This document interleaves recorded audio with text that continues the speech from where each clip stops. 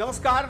अगर मैं कहूं कि भारतीय जवानों ने चीन के 60 से ज्यादा सैनिक मार गिराए तो शायद आपको यकीन ना हो, लेकिन अमेरिका खुद ये बात मानता है। अमेरिका की एक जर्नल द विक ने 11 सितंबर को एक रिपोर्ट प्रकाशित की है और इस रिपोर्ट में डेटा के साथ, सारे फैक्ट के साथ ये बताया गया है कि गलवान घाटी में 15 जून की रात जो झड़प हुई थी उसमें चीन के 60 से ज्यादा सैनिक मारे गए।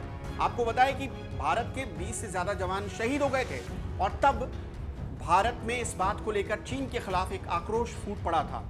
चीन के 40 से ज्यादा सैनिक, तब भारत ने दावा किया था कि चीन के 40 से ज्यादा सैनिक या तो घायल हुए या मारे गए, लेकिन चीन ये मानने को तैयार नहीं था। चीन के विदेश मंत्रालय के प्रवक्ता यांग बार बार आकर कहते थे कि नहीं, ऐसी कोई बात नहीं है, चीन का कोई भी जवान हताहत नहीं हुआ है, सारे जवान सुरक्षित हैं। और उसके कुछ ही दिनों बाद हमने एक कब्र की तस्वीर देखी थी, बहुत सारे कब्र थे उसमें, और तब ये दावा किया गया कि चीन के बहुत सारे सैनिक, 40 से ज्यादा सैनिक मारे गए और ये उन्हीं सैनिकों की कब्र है। लेकिन अब द विक की रिपोर्ट बताती है कि 60 से ज्यादा सैनिक गलवान घाटी में 15 जून की रात हुई झड़प में मार गिराए गए। भारत का एक एक जवान, एक एक सैनिक 5 से 7 चीनी सैनिकों पर भारी पड़ा। तकरीबन 30 से 35 की संख्या में थे भारतीय सैनिक और 100 से ज्यादा की तादाद थी चीनी सैनिकों की, जिसमें 60 से ज्यादा सैनिक चीन के मार गिराए गए या फिर उनका अभी तक कोई अता पता नहीं चला है। इस रिपोर्ट में यह भी दावा किया गया, यानी चीन में बहुत बड़ी जो बात छिपाई गई उसको इस रिपोर्ट में प्रकाशित करके चीन को बेनकाब कर दिया गया है। इस रिपोर्ट में एक और बड़ा दावा किया गया है कि उस दिन यानी 15 जून की रात जो हमला हुआ था भारत के खिलाफ, वो उसका ऑर्डर शी जिनपिंग की तरफ से आया था, यानी बीजिंग की तरफ से आया था। आपको भी पता है कि जो राष्ट्रपति होता है चीन का, वो सेना का प्रमुख हो जाता है, वो कमांडर हो जाता है चीन में। और इस लिहाज से शी जिनपिंग ने ऑर्डर दिया था कि वो गलवान घाटी में जाकर भारतीय सैनिकों के खिलाफ चीनी सैनिक हमला करें, यानी पीएलए के जवान हमला करें। और उसके बाद पीएलए के जवान आए और उन्होंने बार बार भारतीय सैनिकों के आगाह करने के बाद भी अपने टेंट नहीं हटाए, अपने तंबू वहीं पर रखे और लिहाजा भारतीय सैनिकों को वो टेंट उजाड़ना पड़ा और उसके बाद झड़प हुई। आपको भी पता है किस तरह से 20 जवान भारत के शहीद हो गए थे। इस रिपोर्ट में एक और बड़ा दावा किया गया कि जब से शी जिनपिंग चीन के राष्ट्रपति बने हैं, यानी साल 2012 से चीन की विस्तारवाद पॉलिसी पर काम हो रहा है।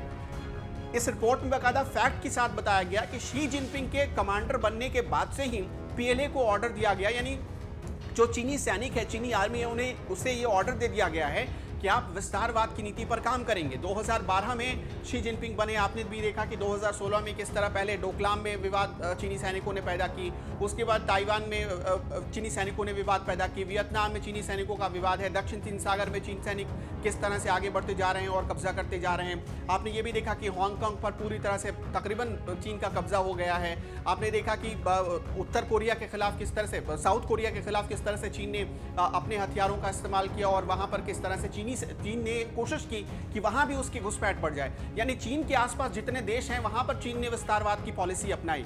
द विक की रिपोर्ट दावा करती है कि शी जिनपिंग की ये नीति रही है और पूरा चीन इस वक्त इसी नीति पर आगे बढ़ रहा है। इस रिपोर्ट में एक और बड़ा दावा किया गया है कि चीनी सैनिकों को आदेश दिया गया कि जहां पर, यानी भारत और चीन की जो सीमा है तकरीबन 800-850 किलोमीटर की जो एलएसी है, भारत चीन की सीमा पर जो एलएसी का इलाका है, वहां पर वैसी जगहों पर अब चीनी सैनिक हमला करें जहां पर भारतीय सैनिकों की मौजूदगी नहीं है, यानी उन इलाकों को देखने वाला कोई नहीं। अभी आपने देखा कि इसी ऑर्डर पर अरुणाचल में 5 वहां के स्थानीय नागरिकों को चीन ने किडनैप कर लिया था और उसके बाद अपने साथ ले गए और काफ़ी जद्दोजहद के बाद तकरीबन 1 हफ्ते तक पूरी कोशिश की गई, पूरा जद्दोजहद चला और उसके बाद वहां के 5 लोग रिहा किए गए।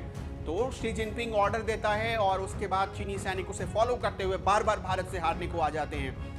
फिलहाल चीन अपनी आदतों से बाज आ जाएगा ऐसा लग नहीं रहा, क्योंकि ये रिपोर्ट तो कुछ ऐसा ही बताती है। रूस में मास्को में जब बैठक हुई थी विदेश मंत्रियों की, एस जयशंकर और चीन के विदेश मंत्री जब बैठे थे साथ में, तब उन्होंने वादा किया कि डिसएंगेजमेंट होगा, यानी सेना हटेगी, दोनों तरफ की सेनाएं हटेंगी और बातचीत के आधार पर हटेंगी, दोनों सेनाएं बराबर दूरी से हटेंगी, ये भी दावा किया गया था। लेकिन इस रिपोर्ट को अगर आप ठीक से पढ़ें तो आप समझ जाएंगे कि चीन बार बार धोखा देता है और इस बार भी वो इसी पॉलिसी पर आगे बढ़ रहा है।